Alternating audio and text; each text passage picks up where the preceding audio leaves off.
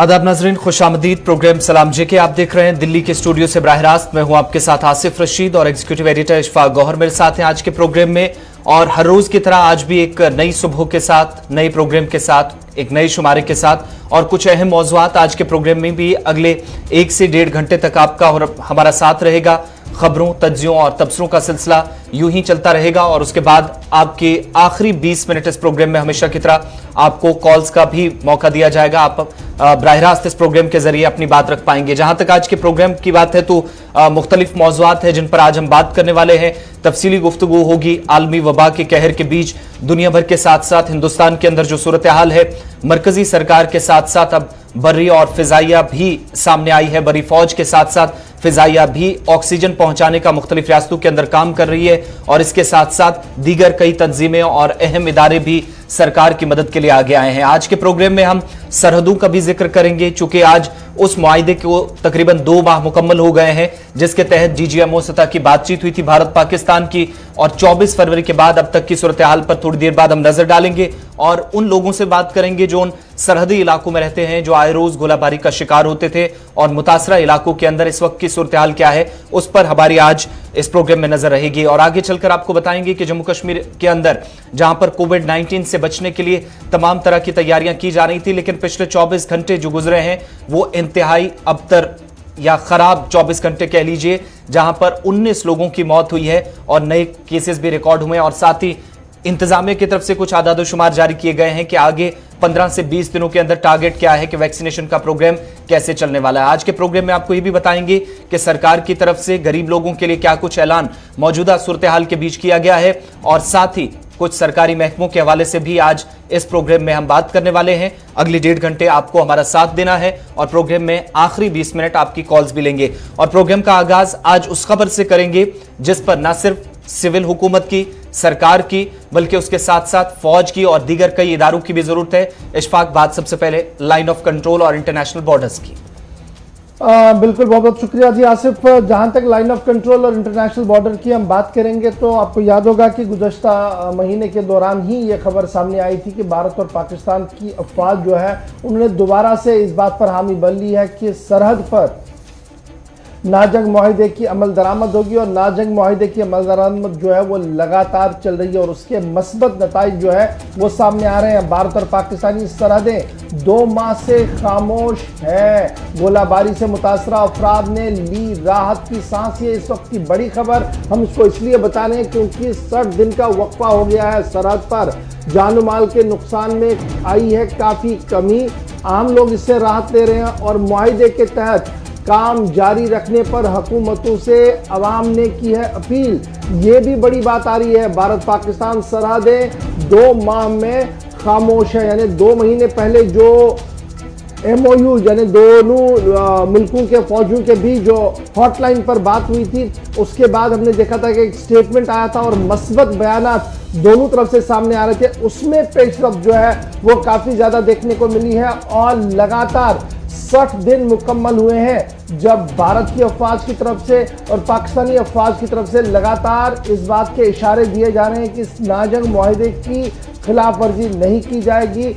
और एतमाद साजी के तहत हमने ये भी देखा कि पिछले कई हफ्तों से एक दूसरे के यहाँ जो लोग इस पार आते थे गलती की वजह से, उन्हें वापस भी भेजा गया है। और कई बार हमने देखा कि पाकिस्तान से वापस भेजे गए और यहाँ से भी कुछ लोगों को वापस भेजा गया, जिसके बाद ये उम्मीद लगाई जा रही है कि सरहदों पर जो खामोशी है ये अमन की ओर एक छोटा सा ही कदम लेकिन एक मस्बत कदम है और इसके इशारे अवाम की तरफ से दिए जा रहे हैं जिन्होंने थोड़ी सी राहत की सांस इसमें ली। और उम्मीद लगाई जा रही है कि दोनों अफवाज आइंदा भी नाजंग मुआहिदे की पासदारी करेंगे ताकि अवाम सरहद के उस पार और सरहद के इस पार चैन की जिंदगी बसर कर सके। बिल्कुल, इससे पहले कुछ अवामी नुमाइंदों से हम बात करेंगे क्योंकि मौजूदा सूरत हाल को लेकर ये जो भारत और पाकिस्तान के दरमियान जो 24 फरवरी को इसी साल 2021 से एक अहम पेशरफ्त हुई थी, उसके बाद आम शहरी क्या कुछ महसूस करते हैं, जरा उनकी बात भी आपको सुनाते हैं जो सरहदी इलाकों में रहते हैं। यहाँ पे पाकिस्तान और हिंदुस्तान बिल्कुल आमने सामने हैं। यहाँ पे बिल्कुल अगर छोटा फायर भी चलता है तो यहाँ पे लोगों को बहुत सी मुश्किलात का सामना करना पड़ता है। हालांकि यहाँ जब सीज फायर हुआ है तो यहाँ के जो लोग हैं बहुत खुश हैं। तो इसमें एक लास्ट बॉर्डर का रहने वाला हूँ मैं यहाँ का। तो इस समय बिल्कुल हम यहाँ पे बॉर्डर के नज़दीक, यहाँ पे जो आपको मकान दिख रहे हैं, यहीं का रहने वाला हूँ। इस समय आप देख सकते हैं कि आज खुशी का माहौल है। आज हर जगह बच्चे, अपनी बहनें और हमारे बुजुर्ग काफ़ी खुश हैं, क्योंकि दोनों मुल्कों के दरमियान यहाँ पे माहिदा हुआ। यहाँ पे बहुत ज़बरदस्त गोलाबारी हो रही थी, काफ़ी नुकसान हो रहे थे, यहाँ पे काफ़ी डैमेज हुए। हमारे 95% यहाँ पे मकानात यहाँ पे डैमेज हुए, तो कुछ लोग ज़ख्मी भी हुए, डेथ भी हुई काफ़ी यहाँ पे। आप हमारे बहुत हमें खुशी हुई कि दोनों देशों का माहिदा हुआ और हम लोग शांति से बाहर आज धूप में बैठे। हमारे बच्चे और हमारी औरतें आज बाहर शांति से धूप में बैठी हैं, वरना हमें कोई भी ये यकीन भरोसा नहीं था कि गोलाबारी या गोली कहाँ से आएगी, हमारे बच्चे को या हमारी औरतों को या हमें लग जाएगी। हमारे को कोई भरोसा नहीं था। हमें बहुत खुशी है अपनी गवर्नमेंट की कि ये गोलाबारी बंद हुआ, हम लोग शांति से बैठे हुए हैं। हमारे गांव में कोई भी ऐसा बात हो जाती थी, हमारे मकानों को आके देख सकते हैं, हमारे शीशे देख सकते हैं।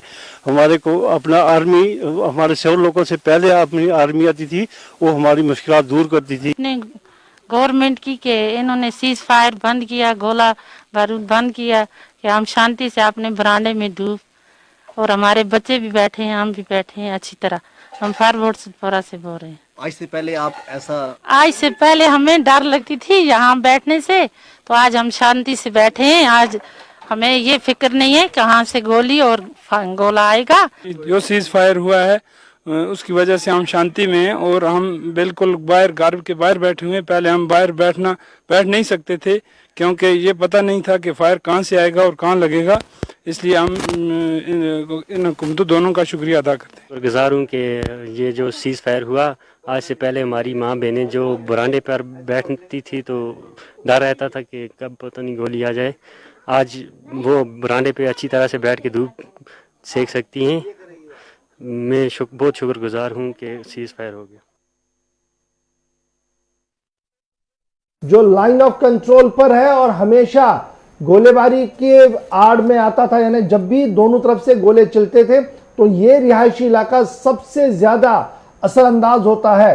शहर में रहने वाले लोग शायद इससे बाखबर ना हो कि जब सरहद पर सरहदें आग उगलती हैं, सरहद पर बारूद की बू आती है तो नुकसान कितना होता है। लेकिन ये लोग जो लाइन ऑफ कंट्रोल के पास रह रहे हैं, टिटवाल करना के लोग हैं, इन्होंने आज जब कैमरा के सामने आए तो आपने देखा कि आराम के साथ बैठे हैं और उम्मीद कर रहे हैं कि आने वाले दिनों में भी वो इसी तरीके से अपने सहन के अंदर बैठ सके, क्योंकि इससे पहले ये शायद नामुमकिन था। जरूर ये जिंदगी बसर करते थे, लेकिन वो जिंदगी बसर करते थे जिससे जीना बेहतर नहीं कहते हैं। यानी ये वैसी जिंदगी थी, डर वाली जिंदगी कि कब क्या होगा कहना मुश्किल था। लेकिन अब राहत की सांस इन इलाकों के अंदर रहने वाले लोगों को मिल रही है, और तफसील आपने ग्राउंड जीरो से देखी है। और भी कुछ हमारे साथ मेहमान ज्वाइन कर चुके हैं। बिल्कुल, खालिद बडाना साहब भी हमारे साथ हैं, करना से इस वक्त हमारे साथ हैं सरपंच, और मोहम्मद हनीफ सरपंच हाजीपीर से हमारे साथ हैं। यानी नॉर्थ कश्मीर को भी कवर किया और उसके बाद पीर पंजाल हिस्से भी आपको लिए चलेंगे। पहले खालिद साहब आपके पास आएंगे, बहुत शुक्रिया ज्वाइन करने के लिए। किस तरह की अभी सूरत हाल है? जो लोगों की हम बात सुन रहे थे, वाकई में इतनी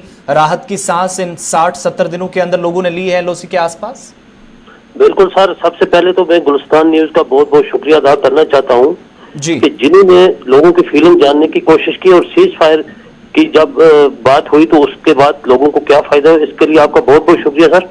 तो सबसे पहले मैं सर आपसे एक गुजारिश करूंगा कि जो सीज फायर वायलेशन होती थी, तो सबसे ज्यादा अगर हमारा जो तबका मुतासर हुआ वो एजुकेशन सेक्टर हमारा बहुत ज्यादा मुतासर हुआ। उसके बाद जो कारोबार हमारा पूरा ठप रह चुका था। उसके बाद हमारी जो यहाँ की तमीर और तरक्की जो टंगार करना की थी, तो वो बिल्कुल रुकी पड़ी थी, क्योंकि जब भी सीज फायर वायलेशन होती थी, यहाँ बहुत बड़े बड़े ठेकेदार पास से जो जिन्होंने टेंडर भरे थे काम करने के लिए, वो काम छोड़ के भाग जाते थे, और हमारी तमीर और तरक्की में एक बहुत बड़ी रुकावट थी सीज फायर वायलेशन। तो जब से अभी 2 महीने से सीज फायर जो दोबारा माहिदा किया गया हिंदुस्तान और पाकिस्तान की गवर्नमेंटों के दरमियान में, इसके लिए हम दोनों मुल्कों का शुक्रिया भी अदा करना चाहते हैं, और साथ साथ में ये भी अपील करना चाहते हैं कि ये सीज फायर जो है ये बिल्कुल कारबंद रहना चाहिए। आइंदा भी ऐसी कोई भी सीज फायर वायलेशन नहीं होनी चाहिए, क्योंकि बॉर्डर के लोग जो आपको पता ही है सर, आपने तो पूरी इनकी जो फीलिंग थी आपने जानी। जैसे भी गोला कोई भी आता था, चाहे वो सुबह आता था या शाम को आता था, अगर सुबह आता था तो दिन में कोई भी अपने घरों से बाहर निकलना बिल्कुल गवारा नहीं चाहता था, क्योंकि हर जगह मातम था, हर जगह मतलब एक परेशानी का माहौल बना हुआ था। हमारे बच्चे, हमारी औरतें, हमारी माएँ, हमारी बहनें इस कदर परेशान थी कि जिसका कोई हिसाब ही नहीं था।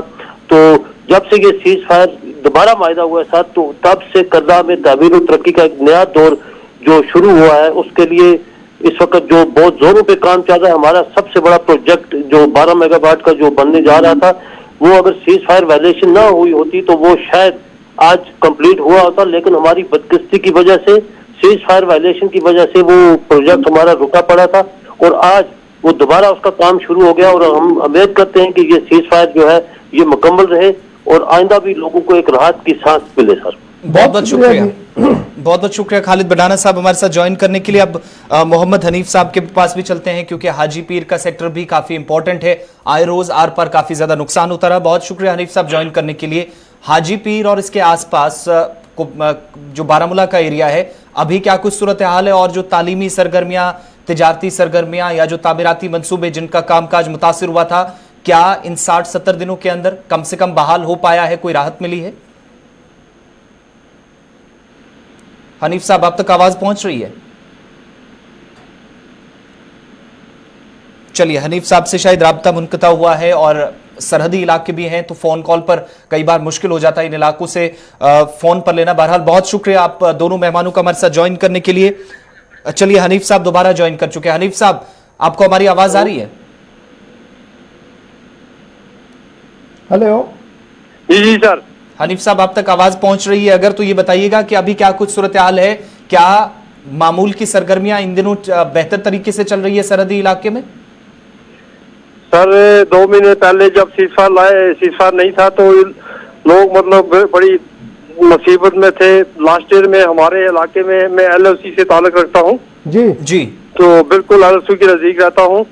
तो लास्ट ईयर में हमारी एक औरत भी इसमें मतलब डेथ हो गई और मकानों को भी नुकसान हुआ काफी, मतलब और जितने भी फल फ्रूट लोगों ने खरीद के रखे थे LOC के साथ साथ, तो वो इसी गोलाबारी की वजह से वो उतार भी नहीं सके, वो जाया हो गए। बहुत लोगों का नुकसान हुआ, ना कोई घास कटाई कर सका, ना कोई मक्की कटाई कर सका। डर था कि अभी गोला आएगा पार से, तुम्हारा नुकसान हो जाएगा, जानी नुकसान हो जाएगा। अब जो है दोनों मुल्कों ने, हम इनको खुशामदीद कहते हैं कि दोनों मुल्कों ने माहिदा किया है। इस माहिदे को रूह से आप लोग आगे आगे जा रहे हैं, अपनी अपनी जमीनों में खेती बाड़ी कर रहे हैं और बिल्कुल मतलब डर नहीं महसूस कर रहे हैं कि आप खुश हैं कि हमारी। बहुत बहुत शुक्रिया मोहम्मद हनीफ साहब, बहुत बहुत शुक्रिया हमारे साथ ज्वाइन करने के लिए। LOC के इस दूर दराज इलाके से दोनों मेहमान हमारे साथ रहे और ये बताने के लिए कि अभी 60 दिनों के बाद की सूरत हाल क्या है लाइन ऑफ कंट्रोल पर या दूसरी तरफ IB पर। लेकिन इशफाक एक चीज जरूर है कि इस वक्त की सूरत हाल ने कम से कम उन लोगों को भी राहत की सांस लेने में थोड़ी सी मदद जरूर की है जो सरहदी इलाकों के अंदर जिनका रोजमर्रा का कामकाज होता था और खेती बाड़ी पर ही निसार करती, जिस तरीके से हनीफ साहब अभी बता रहे हैं। बिल्कुल ये एक बड़ी राहत है। लेकिन जिस दिन ये अनाउंसमेंट हुआ था उसी दिन इस बात का अंदाजा लगाया जा रहा था, क्योंकि उस दिन भी हमने बात की थी सरहद पर रह रहे लोगों से, लेकिन उन्हें इतनी उम्मीद नहीं थी कि इस तरीके का सीज फायर देखने को मिल सकता था। उन्होंने जरूर माजी में इस तरीके का सीज फायर देखा है जो तकरीबन 1.5 साल तक चला था और उसके बाद दोबारा वो टूटा था, लेकिन इस बार ये इतना जल्दी होगा और इतना मौसर होगा शायद ये उम्मीद नहीं थी। लेकिन जिस तरीके का हुआ है, लोग काफी पुरअज़म है और पुरउम्मीद है कि दोनों तरफ की अफवाज और हुकूमतें जो है वो इसको कंटिन्यू करेंगी ताकि उस पार और इस पार अमन के साथ लोग जो है वो रह सके। बढ़ते हैं जी आगे, बात जरा करते हैं वायरस की भी अब, क्योंकि वायरस को लेकर आलमी इदारे लगातार बयानात दे रहे हैं। आलमी इदारों की बात अपनी जगह, मुल्क के अंदर भी जो रिसर्च इदारे हैं उन्होंने भी काफी चौंका देने वाली बातें सामने रखी है। मुल्क भर में कोरोना का कहर लगातार जारी है और गुज़श्ता 24 घंटों के दौरान 3,45,000 से जायद लोग जो है इस मोहल्लिक मर्ज के शिकार हुए हैं और इस अरसे के दौरान 2,600 से ज्यादा मरीजों की मौत भी हुई है। पिछले 24 घंटों के दौरान मामला सामने आया है। फिजाइया की तरफ से ऑक्सीजन कंसंट्रेटर्स को भी पहुंचाया जा रहा है और मुल्क भर में कोरोना की जो रफ्तार है वो तेजी के साथ जो है वो बढ़ रही है। इस वक्त 3,45,147 नए केस पिछले 24 घंटे गुजरे हैं उस दौरान सामने आए हैं और 2,641 नए केसेस यानी इनकी मौत वाकया हुई है। और जब यह मामला सामने आया है तो मुल्क भर के अंदर इस वक्त सिचुएशन जो है वो इंतहाई संगीन बनी हुई है। कई रियासतों के अंदर ऑक्सीजन की कमी बतदरीज बढ़ रही है, क्योंकि पेशेंट फ्लो जो अस्पतालों की और वो सबसे ज्यादा जा रहा है और पेशेंट फ्लो की वजह से बेड नहीं मिल रहे हैं और काफी इलाकों के अंदर मरीज सड़क पर ऑक्सीजन लगाए हुए भी देखे गए हैं। न सिर्फ दिल्ली के अंदर बल्कि दिल्ली के बाहर के स्टेट्स के अंदर भी सूरत हाल जो है वो इंतहाई संगीन बनी हुई है। लेकिन जो फिगर कैलकुलेशन आलमी इदारों की तरफ से दिया जा रहा है कि आने वाले 20 से 40 दिन इंतहाई खतरनाक रुख इख्तियार कर सकते हैं, वो लगातार उसी पैटर्न पर चल रहा है। यानी जो ग्राफ उन्होंने खींचा है उसी ग्राफ के हिसाब से हर दिन नए केसेस भी आ रहे हैं और अमवात भी हो रही है। तो नए केसेस जो सामने आए वो 3,45,000 से ज्यादा केस पिछले 24 घंटों के दौरान, यानी सभी रिकॉर्ड टूट चुके हैं और अमवात की शरह भी 2,641 जो है वो बनी हुई है। लेकिन इस बीच अस्पताल से काफी लोगों की रुखसती भी हुई है, यानी जिन्हें ऑक्सीजन की कमी थी उन्हें ऑक्सीजन लगाकर स्टेबल करके वापस भेज दिया गया है। लेकिन दबाव अस्पतालों पर सबसे ज्यादा इस वक्त देखने को मिला है और हेल्थ एंड मेडिकल इमरजेंसी के साथ जो लोग जुड़े हुए हैं उनका मानना है कि जिस तरीके का दबाव बढ़ रहा है, सूरत हाल इंतहाई संगीन रुख इख्तियार कर सकती है अगर ऊपर वाले ने मेहर नहीं की। इस वक्त अगर एक और चीज भी देखें, जो ऑक्सीजन के हवाले से किल्लत मुख्तलिफ अस्पतालों में आ रही थी, तो अब ट्रेन खिदमात भी हासिल की जा रही हैं सरकार की तरफ से। उत्तर प्रदेश और दिल्ली के अंदर ट्रेनें इस वक्त ऑक्सीजन लेकर पहुंच रही है और इसके साथ साथ इंडियन एयरफोर्स की, जो शुरुआत में हमने आपको बताया था कि बड़ी फौज के साथ साथ भारतीय फिजाइया भी इस वक्त C-17 हेलीकॉप्टर का इस्तेमाल करके मुख्तलिफ हिस्सों के अंदर जो खाली टैंकर्स हैं उनको पहुंचाया जा रहा है और उसके बाद उनमें ऑक्सीजन फिल करने के बाद मुख्तलिफ स्टेट्स और यूनियन टेरिटरीज को पहुंचाई जा रही है। लेकिन 3 रियासतों या इनमें यूनियन टेरिटरी दिल्ली को आप देखेंगे, पूरी रियासत नहीं है, लेकिन कुछ हिस्सों के अंदर ही 30,000 के करीब केसेस पिछले 24 घंटों में और 337 अफराद की मौत हुई है 24 घंटों के दौरान। उत्तर प्रदेश के अंदर 37,000 मुस्बत मामलों की तस्दीक पिछले 24 घंटों में हुई है। वहीं महाराष्ट्र के अंदर इस बार एक और रिकॉर्ड बना है, जब आलमी सतह पर हिंदुस्तान नया रिकॉर्ड बना रहा है 3.5 लाख के करीब केसेस, तो इस वक्त 67,000 से ज्यादा केसेस और 773 अफराद पिछले 24 घंटों में महाराष्ट्र के अंदर कोविड-19 की वजह से इस दुनिया से चल बसे हैं। और इन सब के बीच में खतरनाक सूरत हाल ये बन रही है कि कुछ बड़े अस्पताल, जिनमें दिल्ली का एक अस्पताल भी इशफाक, जहां पर पिछले 24 घंटों के दौरान तकरीबन 2 दर्जन से ज्यादा लोगों की ऑक्सीजन की कमी की वजह से मौत हुई है। चलिए जी, बात आगे बढ़ाते हैं। जब वायरस की बात शुरू हो गई है तो आपको जरा पूरी खबर भी समझा देते हैं। एक और बयान जो सामने आया है आलमी इदारा WHO की तरफ से भी और उसके साथ साथ NCDC के सरबराह का भी बयान सामने आया है और दोनों बयानों का मतन जो है वो कुछ इस तरीके से है। भारत की सूरत हाल पर आलमी इदारा सेहत की भी नजर है और इसी सिलसिले में जो बयान सामने आया है कि मौजूदा सूरत हाल जो है, वायरस से सूरत हाल इंतहाई तशवीशनाक बनती जा रही है। WHO के जिम्मेदारान या जो माहिरीन हफ्तावार ब्रीफिंग में उन्होंने इस बात का खुलासा किया कि मौजूदा सूरत हाल तबाहकारियों का इशारा कर रही है कि इससे भी अबतर सूरत हाल आने वाले कुछ दिनों के अंदर बन सकती है। चूंकि दिल्ली में तबाही के पीछे यूके से फैला वायरस है या नहीं, इसका शुबा जरूर है, अभी मुकम्मल तौर पर इसकी तस्दीक नहीं हुई है, लेकिन NCDC के चीफ ने इस बात की जरूर तस्दीक की है कि यूके से फैला वायरस दिल्ली के अंदर इस वक्त मौजूदा सूरत हाल के लिए जिम्मेदार हो सकता है। और इस सिचुएशन को रीड करने के बाद, चूंकि हर 1 घंटे के बाद भारत सरकार की तरफ से सूरत हाल का जायजा लेने के बाद आलमी इदारों के साथ मुसलसल राब्ते में है, उन्हें तफसीलात फराहम की जा रही है। और हफ्तावार ब्रीफिंग में आज की जो सूरत हाल हिंदुस्तान की तकरीबन 20 रियासतों के अंदर बनी हुई है, 3.5 लाख के करीब केसेस हैं, ये सूरत हाल इससे भी अबतर हो सकती है। WHO ने इसका भी इंतबाह दे दिया है।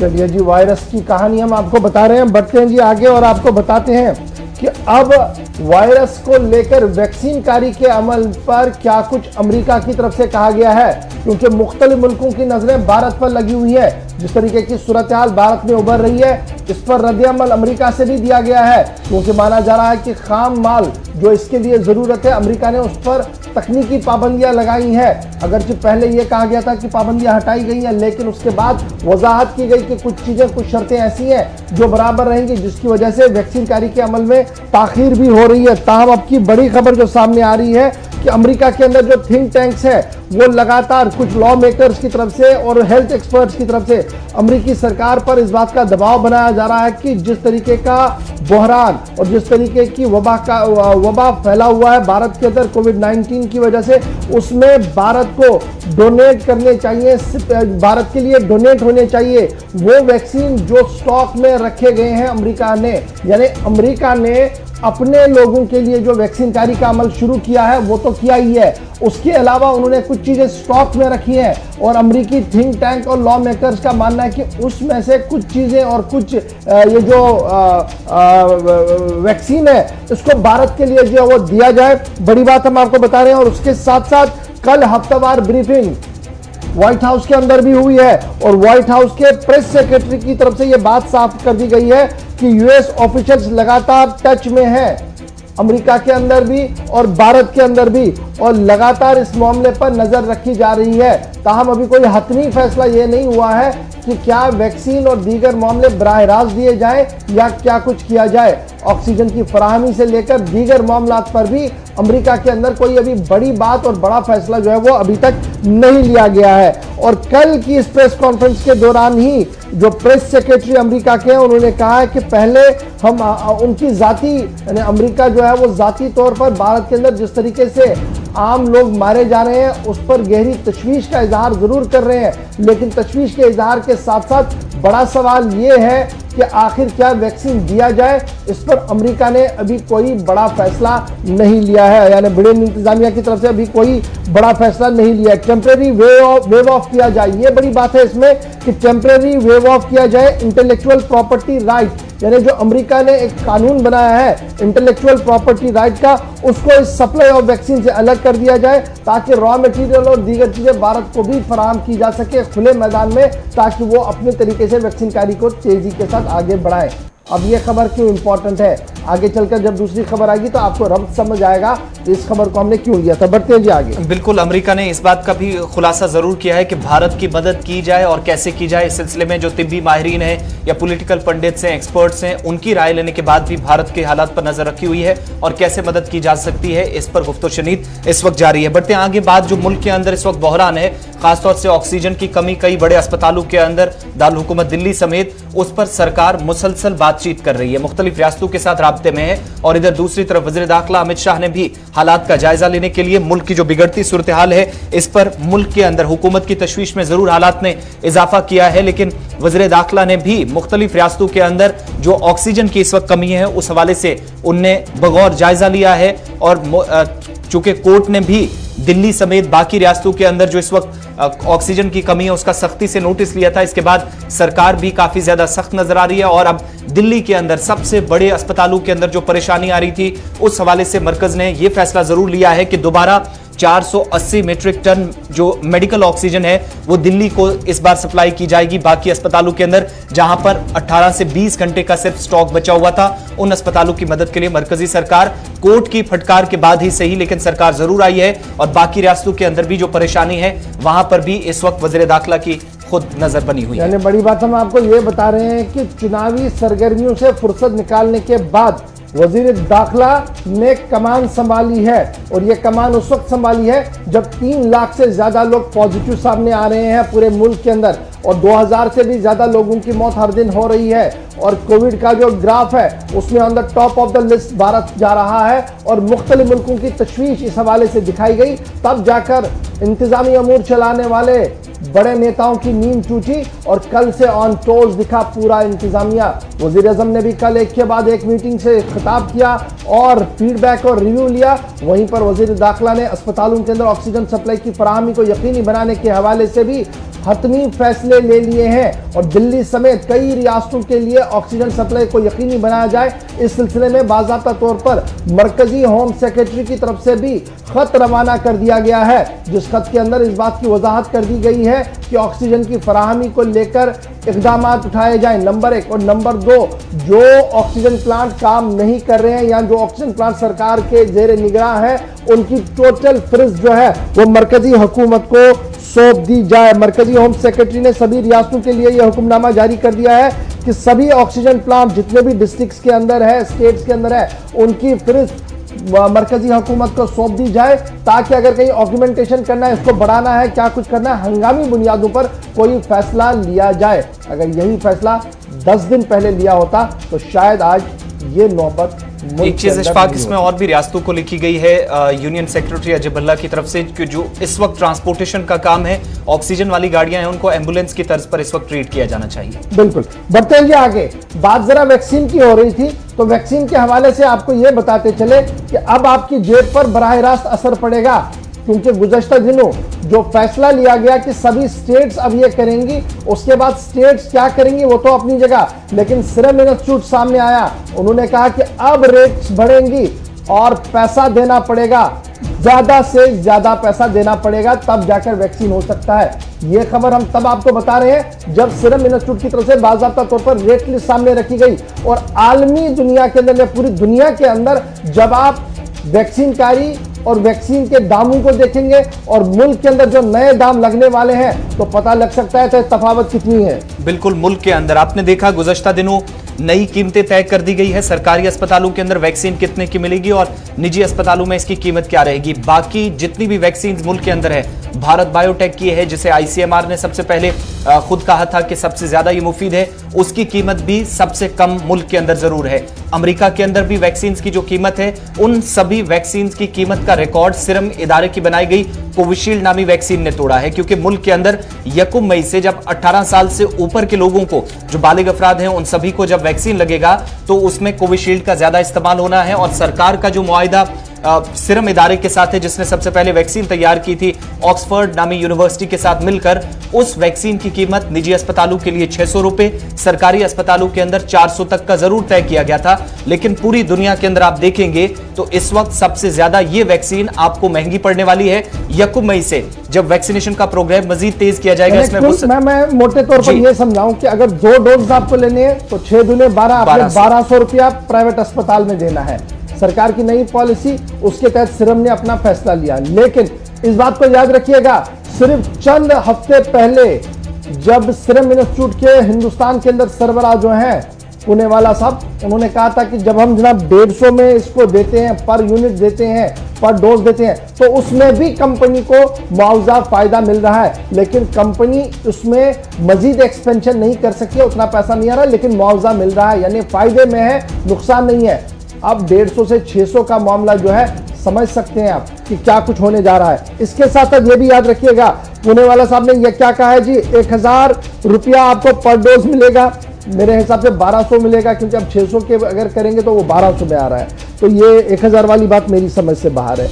और अगर आप इसको पूरी दुनिया में देखेंगे, यूएस, यूके, यूरोप, जो एस्ट्रा की बनाई गई दवाई है, उसके मुकाबले इसको देखेंगे तो ये महंगी जा रही है। उसके बाद अगर आप Bangladesh, Saudi Arabia, south Africa के रियासतों के मुल्कों के अंदर देखेंगे तो जो वहां पर रेटें तय की गई है, मुकर्रर की गई है, उसके मुकाबले में भी आपके मुल्क के अंदर, हिंदुस्तान के अंदर, भारत के अंदर ये दवाई महंगी होने जा रही है।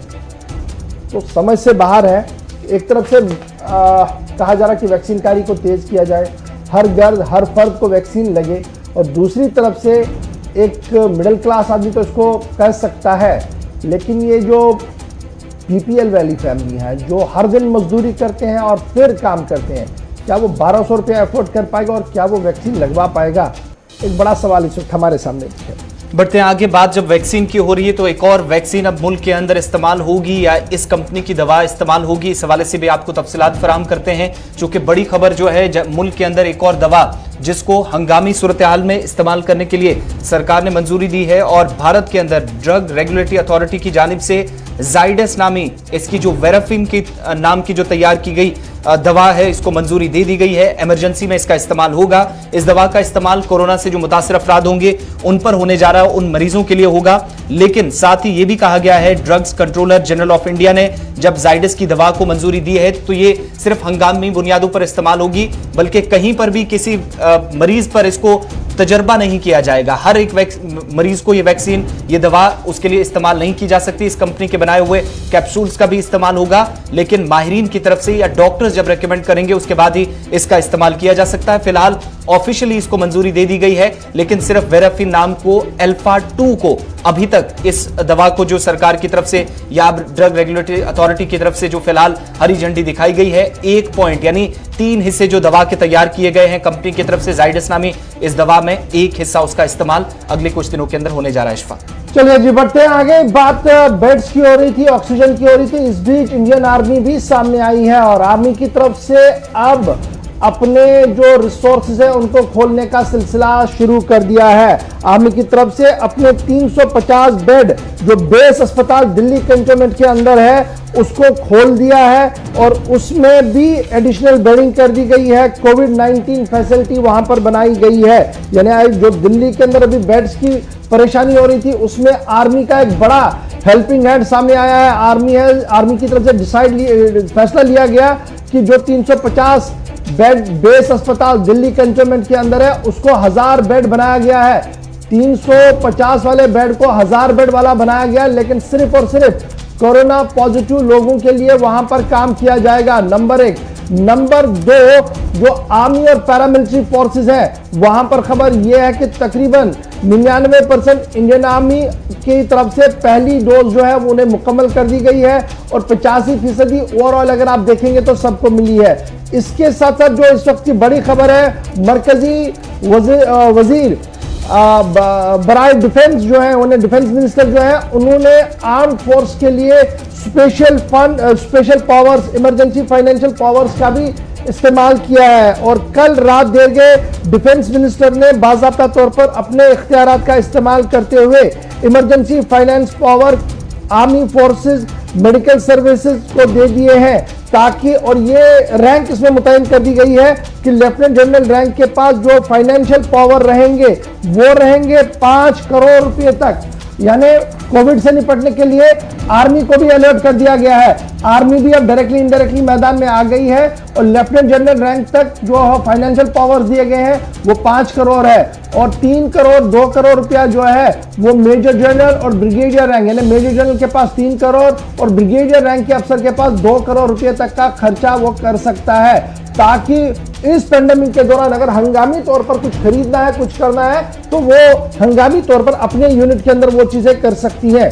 डिफेंस मिनिस्ट्री ने कल बाज़ाब्ता तौर पर arm force medical service AFMS का इतलाक किया है और साथ साथ ये भी फैसला लिया है कि ऑक्सीजन जनरेशन प्लांट, यानी ऑक्सीजन की जो कमी है, अब आर्मी क्या करेगी, उन्होंने फैसला लिया कि ऑक्सीजन जनरेट प्लांट जो है और कंसंट्रेटर्स है वो जर्मनी से लाए जाएंगे, हंगामी बुनियादों पर जर्मनी से उठाई जाएंगी ताकि शॉर्टेज जो इस वक्त अस्पतालों के अंदर है उसे कम किया जाए। इंडियन आर्मी का एक बड़ा फैसला इस वक्त सामने आया है कि जर्मनी से इन चीजों को खरीदा जाएगा, अस्पतालों के अंदर रखा जाएगा ताकि हालात थोड़े से बेहतर हो सके। 23 मोबाइल ऑक्सीजन जनरेशन प्लांट जो है वो एयरलिफ्ट किए गए हैं जर्मनी से और बहुत जल्द उन्हें डिप्लॉय किया जाएगा और आर्मी को फोरफ्रंट पर लाने का, जो हम पिछले कई दिनों से बता रहा था कि आर्मी को भी अब कहीं ना कहीं कमान एक साइड से संभालनी पड़ेगी और दिल्ली की सूरत हाल जो बन रही है यहाँ पर आर्मी ने एक बड़ा रोल निभाना है, वो निभाने के अंदर वो सामने आ रही है। न सिर्फ अब दिल्ली बल्कि मुल्क के हसास इलाकों के अंदर जहां पर कोरोना की रफ्तार काफी तेज है वहां पर भी आर्मी की खिदमत को इस्तेमाल किया जा सकता है। चलिए अब बढ़ते हैं आगे। कोविड-19 की सूरत हाल के बीच सिविल सरकार के साथ इस वक्त फौज फिजाइया आगे आ रही है। अब बात जम्मू कश्मीर की भी करते हैं क्योंकि सूरत हाल इंतहाई खराब होती जा रही है। केसेस जरूर लगातार दूसरे दिन 2000 से कम रहे, लेकिन शरह अमवात में जो इजाफा हुआ है उसने एक बार फिर माहिरीन की तशवीश में भी इजाफा कर दिया है। पिछले 24 घंटों के दौरान 2 दर्जन के करीब अमवात जम्मू कश्मीर के अंदर जो हुई हैं, यह अब तक की साल 2021 में सबसे ज्यादा मौतें हुई हैं। वहीं दूसरी तरफ 1937 मुस्बत मामलों की जो तस्दीक हुई है। जम्मू सूबा मुतासरा अजला में से सबसे ज्यादा जम्मू जिला भी है, जहां पर अस्पतालों के अंदर और बाहर भी कोविड-19 के मरीजों की मौत पिछले 24 घंटों में हुई है। और एक और बड़ा खुलासा माहिरीन ने हालात को देखते हुए यह भी किया है इस वक्त इशफाक कि कोविड-19 का फिलहाल कोई भी इलाज नहीं है सिवाय इसके कि वैक्सीन ली जाए जो कम से कम वायरस को खत्म नहीं लेकिन कम जरूर कर सकती है। बिल्कुल बड़ी बात हम आपको बता रहे हैं कि आलमी वबा वायरस जो कोरोना वायरस है, इसकी जो दूसरी लहर है इसने जम्मू कश्मीर को भी अपने लपेट में ले लिया है, डायरेक्टली इनडायरेक्टली। और जैसे आसिफ आपको बता रहे थे कि 1937 अफराद जो है वो मस्बत पाए गए हैं और लुक्म अजल जो हुए हैं वो भी कहीं ना कहीं 19 लोग अभी तक कल 24 घंटों के दौरान जो वो मारे गए हैं। और शिफायाब होने वालों की तादाद भी अब आहिस्ता से बढ़ी, अगर उतना ज्यादा नहीं है, 19 लोग कल शिफायाब हुए हैं जम्मू कश्मीर में, यानी उन्हें रुखसती दी गई है अस्पतालों से। अब मौलिकीन की तादाद कितनी हो गई है जी? 2111 और मुतासरीन की तादाद 1,56,344। ये मुतासरा लोग हैं जम्मू कश्मीर के अंदर, और शिफायाब होने वालों की तादाद 1,37,240। लेकिन महज 10 दिनों में 13,857 नए मस्बत मामले आए हैं। 10 दिनों का फिगर अगर आप खोलेंगे तो 13,857 नए मस्बत मामले आए हैं, और इन 13,000 में से लगभग 58 अफराद की मौत भी हुई है, और कश्मीर में 27 और जम्मू सूबे में 31 मरीज जो है वो दम तोड़ बैठे। सरगर्म मामलात की तादाद 1,60,000 से ऊपर चली गई है। डॉक्टर नवीद नजीर, क्या कुछ इंजेक्शन के बारे में, जो वायरस के खिलाफ इस वक्त रामबाण माना जा रहा है, क्या यह वाकई तौर पर आबे हयात है इसके लिए, या इसके बाद भी हमने मजीद एहतियात करना है? डॉक्टर नवीद नजीर जो फोरफ्रंट पर है इस वक्त जम्मू कश्मीर के अंदर, क्या कुछ कह रहे हैं, देखिएगा। इसका कोई डेफिनेटिव क्योर नहीं है, ना ही कोई एंटीवायरल हम श्योरिटी के साथ कह सकते हैं कि ये इसका डेफिनेटिव ट्रीटमेंट है। The only treatment which is available right now is oxygen which helps the patients, और जो बाकी एंटीवायरल्स आए हैं they are all given on experimental and compassionate basis. जो पेशेंट एग्री करता है ये लेने के लिए, इवन इन स्टडीज़ जो रेमडेसिविर जो एंटीवायरल ड्रग इसमें मतलब काफ़ी यूज़ हुआ है moderate to severe cases, even that drug has been shown that it does not affect the mortality, यानी कि डेथ को प्रिवेंट नहीं करता है, हालांकि वो उसका हॉस्पिटल स्टे जो है पेशेंट का उसको कम कर देता है, यानी कि maybe the patient gets recovered quickly, तो हॉस्पिटल स्टे कम हो जाता है। इसी तरीके से बाकी भी जो ड्रग्स मार्केट में आ रहे हैं they are all on experimental basis, they have not been fully tried. और ये भी जो आप जिस ड्रग की बात कर रहे हैं interferon gamma, it has also been phase 3 trials इसमें हुई हैं, तो इसमें देखा गया है कि it reduces the viral load and it may reduce the oxygen demand of the patients in days to come, but once it is put to use only then phase 4 trials होंगी, तो तभी फिर एक डेफिनेटिव इसका बोल सकते हैं कि it is helping the patients। Doctor Naveed Nazir समझाने की कोशिश में थे कि जनाब वैक्सीन लगाइए लेकिन एहतियात भी कीजिएगा, क्योंकि उसके बाद भी अभी कोई बड़ी बात नहीं है कि आप 100% सिक्योर है। लेकिन तस्वीरें जरा देख लीजिएगा।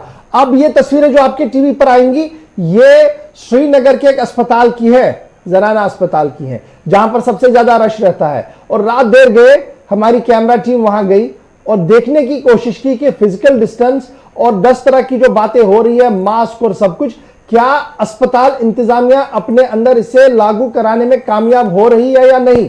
तस्वीरें जनाब आपके सामने है, होश खड़े, यानी ये ऐसी तस्वीरें हैं जिनके बाद क्या बताया जाए कि सरकार अपने निजाम के तहत चलने वाले इदारों के अंदर अगर इतनी बेहस है तो बाहर का निजाम चलेगा कैसे।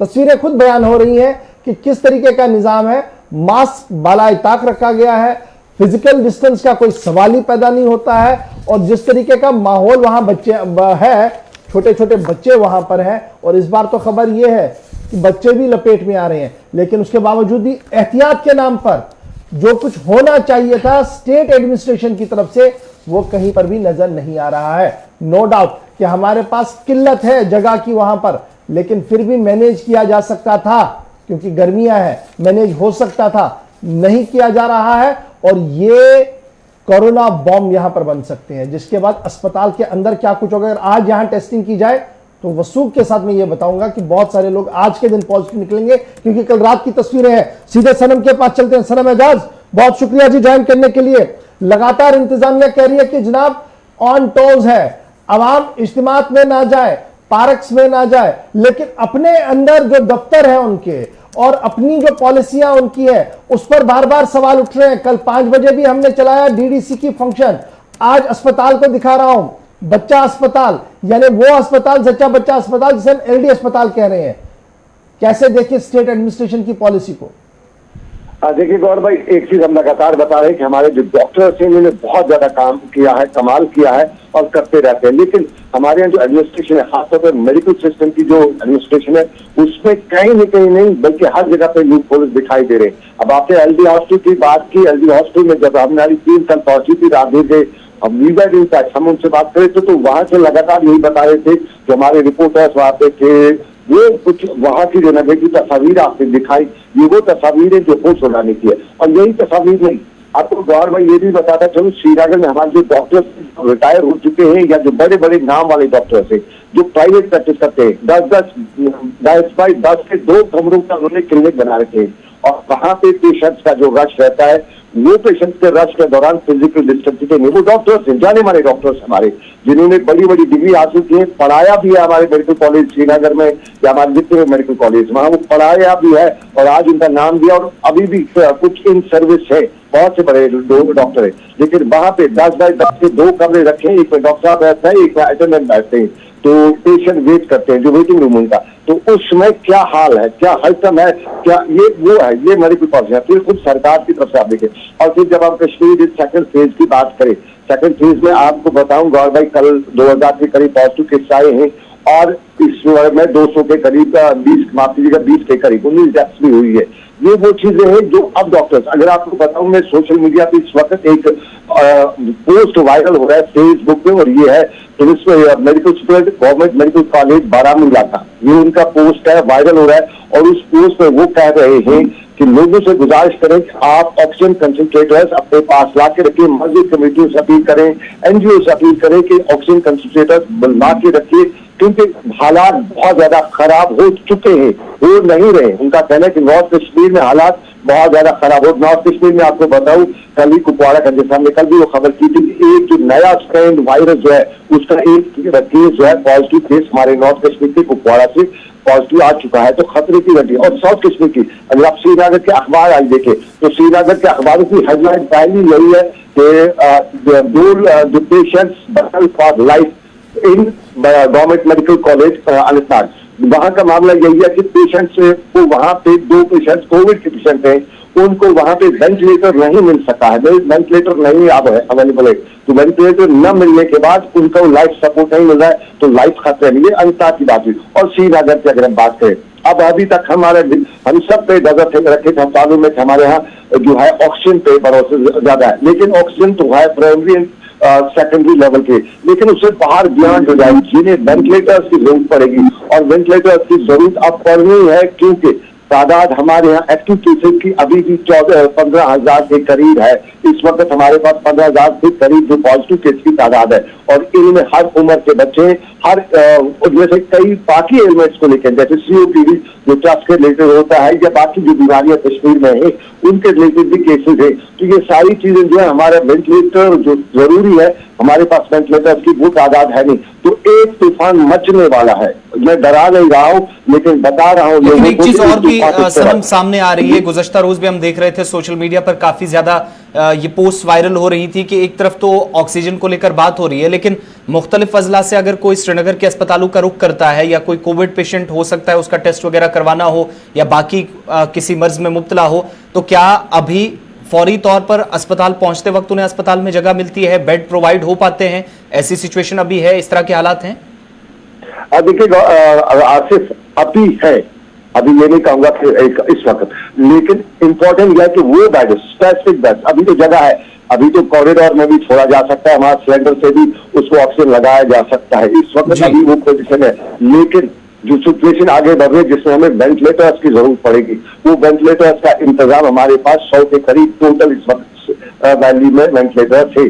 पिछले साल जो कुछ वेंटिलेटर जब महामारी हुई थी, जब कोविड हुआ था, तब वेंटिलेटर, लेकिन वो वाले वेंटिलेटर थे जो लाइफ सपोर्ट नहीं होते, वो रूटीन के वेंटिलेटर थे, तो उसकी वजह से यहाँ पे हमारे यहाँ जो पेशेंट्स हैं उनको। और सबसे इम्पोर्टेंट है कि इस वक्त रूरल एरियाज में जो कल ही सरकार ने बताया हम नए 26 ऑक्सीजन प्लांट्स जो हैं वो बहुत जल्दी स्टेट में लगा रहे हैं उसके लिए, लेकिन रूरल एरियाज में जो ये जो हॉस्पिटल वगैरह है, खासतौर पर नॉर्थ कश्मीर के हवाले से जो खबरें आ रही है, बारामूला श्रीनगर के बाद सबसे ज्यादा इस वक्त इस कोविड की लाइन में बहुत ज्यादा है, और उसके बाद कुपवाड़ा, और सबसे ये है कि कुपवाड़ा में बहुत सी बड़ी तादाद जो थी विंटर्स में बाहर की स्टेटों में गई हुई थी। बहुत शुक्रिया जी सनम आजाद हमारे साथ ज्वाइन करने के लिए। लेकिन जब सनम ये बात बता रहे हैं तो मेरे साथ सोशल मीडिया पर जो है जी अमेरिका से एक मारूफ मुअल्लिज ने एक बात लिखी और मुझे लगता है कि आपके साथ इस चीज को शेयर करना चाहिए। For Kashmir this should be the final alarm bell.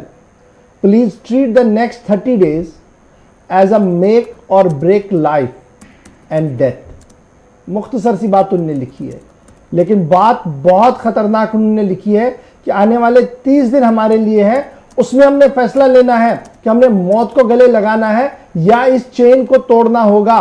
और ये कैसे तोड़ना है सिर्फ सरकार के जिम्मे नहीं उन्होंने छोड़ दिया, उन्होंने कहा कि अब हमने खुद इस बात का फैसला लेना होगा कि हमने कहां की ओर जाना है, नंबर 1। नंबर 2, जितनी भी सोशो रिलीजियस पॉलिटिकल ऑर्गेनाइजेशंस है उन्हें भी अपने दफ्तरों के अंदर और अपने एसेट्स के अंदर इस चीज का एहतमाम करना होगा कि इन केस ऑफ इमरजेंसी वो क्या सपोर्ट देंगे। अगर अमेरिका जैसे आदमी, अमेरिका में बैठे आदमी जो रिसर्चर है और एप्टोमोलॉजिस्ट है वहां पर, वो इस पर गहरी नजर रख रहे हैं, उनका मानना कि आने वाले 30 से 40 दिन जो हमारे लिए इंतहाई खतरनाक है, तो बराह करम इसे नजरअंदाज ना कीजिए। छोटे से ब्रेक के लिए रुक रहे हैं, ब्रेक के उस पार आएंगे तो आपको बताएंगे कि जम्मू कश्मीर के अंदर ऑक्सीजन की सप्लाई कहां पर है, क्या इत्मीनान बख्श है या अलार्म बेल बज चुका है, डिटेल के साथ छोटे से ब्रेक के बाद।